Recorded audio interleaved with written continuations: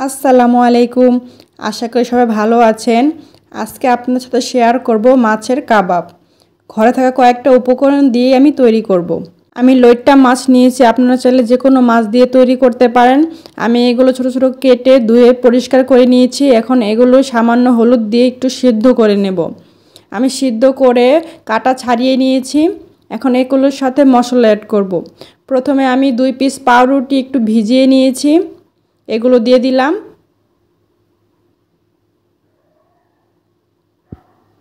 এখন অ্যাড করলাম পেঁয়াজের বেরেস্তা। আপনারা চাইলে কাঁচা পেঁয়াজটাও ব্যবহার করতে পারেন।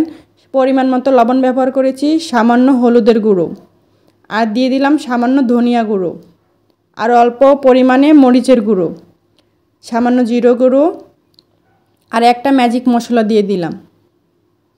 এখন হাতের সাহায্যে ভালোভাবে সব উপকরণগুলো মাছের সাথে মাখিয়ে নিব। ঠিক এইভাবে চটকে চটকে ভালোভাবে মিক্স করে নিব আমি। মাখা হয়ে গেছে। এই পর্যায়ে আমি কড়াইয়ের মধ্যে একটু সামান্য তেল দিয়ে চুলার মধ্যে বসিয়ে নিয়েছি। এখন এগুলো একটু ভেজে নেব। একটু সময় নিয়ে আমি এগুলো ভালোভাবে ভেজে নেব। ভাজতে ভাজতে এক পর্যায়ে দেখবেন চামিচের সাথে উঠে আসছে, তখন বুঝবেন যে ভাজা হয়ে গেছে। ভাজা হয়ে গেছে, এখন আমি নামিয়ে একটু ঠান্ডা করে নেব। ঠান্ডা হয়ে গেছে, এখন আমি এগুলো একটু একটু করে নিয়ে কাবাবের শেপ তৈরি করে নেব। অল্প পরিমাণে আমি নিয়ে নিয়েছি। এখন 2 হাতের সাহায্যে একটু ভালোভাবে ঘুরিয়ে ঘুরিয়ে একটা কাবাবের শেপ তৈরি করে নেব। এভাবে করে আমি সম্পূর্ণগুলো তৈরি করে নেব। সম্পূর্ণগুলো আমার তৈরি হয়ে গেছে। এই পর্যায়ে আমি একটা ডিম নিয়ে নিচ্ছি, সামান্য লবণ দিয়ে ভালোভাবে ফেটে নিচ্ছি।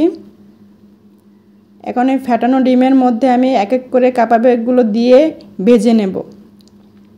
কড়াইয়ের মধ্যে আমি তেল দিয়ে দিয়েছি। এখন এক এক করে কাবাবগুলো দিব আর ভাজবো। একটু উল্টে পাল্টে ভালো করে লালচে করে একটু ভেজে নেব।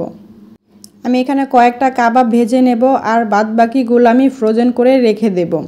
আপনারাও চাইলে বানিয়ে ফ্রোজেন করে রেখে দিতে পারেন। এভাবে লালচে করে আমি ভেজে নিয়েছি। বাসায় আপনারা যে কোনো মাছ দিয়ে তৈরি করে খেয়ে দেখবেন, খেতে অনেক মজা লাগে।